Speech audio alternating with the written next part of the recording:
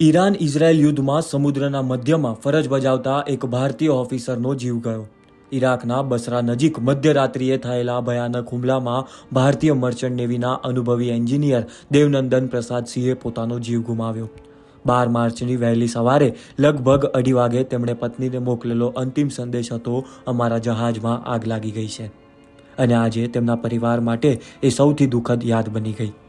મુંબઈના રહેવાસી અને છેલ્લા 30 વર્ષથી મર્ચન્ટ નેવીમાં સેવા આપતા દેવનંદન સિંહ સેફસી વિષ્ણુ નામના ટેન્કર પર ફરજ બજાવી રહ્યા હતા, જે બસરા નજીક માલ લઈને જતા સમયે હુમલાનો શિકાર બન્યું.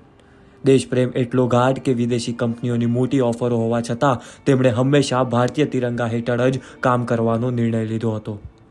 દુર્ભાગ્યે હુમલા બાદ વધુ પડતું પાણી પી જવાથી તેમને બચાવી શકાયા નહીં. હાલમાં ગાઝિયાબાદમાં તેમનો પરિવાર પાર્થિવ દેહની રાહ જોઈ રહ્યો છે, જ્યારે વિદેશ મંત્રાલય દ્વારા તેમના દેહને વતન લાવવા માટે પ્રયત્નો ઝડપથી ચાલી રહ્યા છે.